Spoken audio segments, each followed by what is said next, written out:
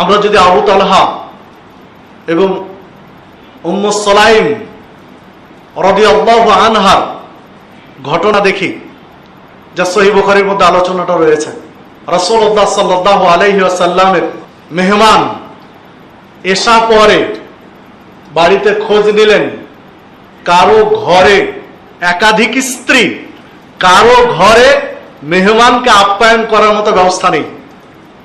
আল্লাহ রাসূল সাল্লাল্লাহু আলাইহি ওয়াসাল্লাম উপস্থিত সাহাবীদেরকে বললেন মসজিদে নববীতে, যে তোমাদের মধ্যে কেউ আছে যে মেহমানকে আপ্যায়ন করতে পারবে?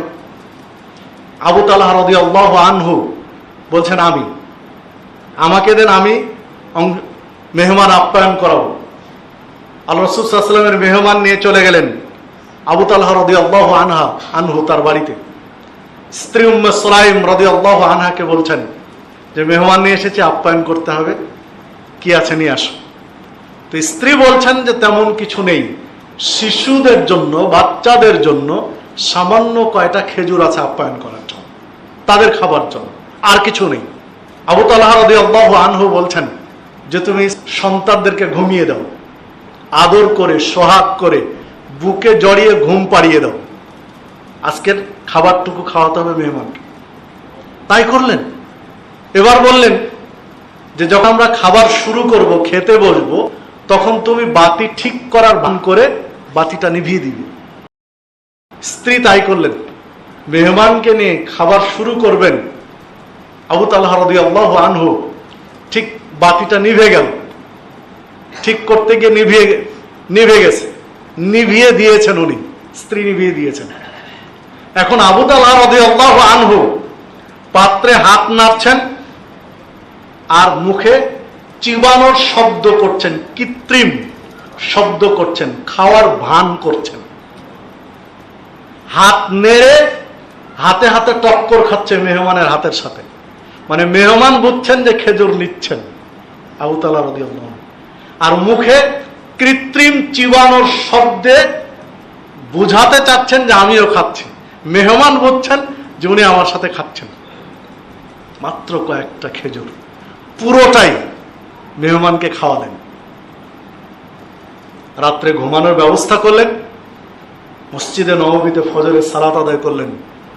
সালাতের পরে সাহাবীদের দৈনন্দিন নিয়ম, রুটিন ছিল, আল্লাহ রাসূল সাল্লাল্লাহু আলাইহি ওয়াসাল্লামের সাথে সালাম মুসাফা করতেন।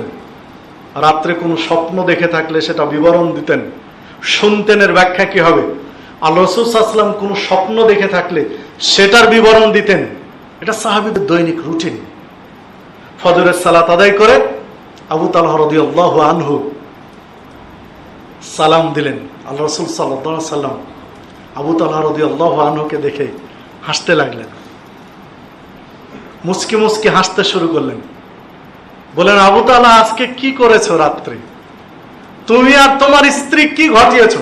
মানে ওহীর মাধ্যমে তিনি জেনে গেছেন। তোমাদের মেহমান আপ্যায়নের দৃশ্য দেখে আল্লাহ রাব্বুল আলামিন আরশে আজিম থেকে হাসছিলেন, ফেরেশতাদেরকে দেখাচ্ছিলেন যে দেখো তোমরা মানুষ সৃষ্টি করতে নিষেধ করছিলে, যে তারা খুন খারাপে দাঙ্গা হাঙ্গামা করবে, ফিতনা ফাসাদ করবে। আজকে দেখো আমার বান্দার অবস্থা, দেখো মেহমানকে আপ্যায়ন করার জন্য কি কৃত্রিম ভাবে খাওয়ার ভান করছে, কি কৌশল অবলম্বন করছে। 10 জন জান্নাতের সুসংবাদ প্রাপ্ত সাহাবীদের অন্যতম একজন হচ্ছেন আবু তালহা রাদিয়াল্লাহু আনহু। সম্মানিত উপস্থিতি, তো এই প্রেরণা, এখানেও কিন্তু স্ত্রীর অংশগ্রহণ ছিল স্বতঃস্ফূর্ত, স্ত্রীর সমর্থন ছিল।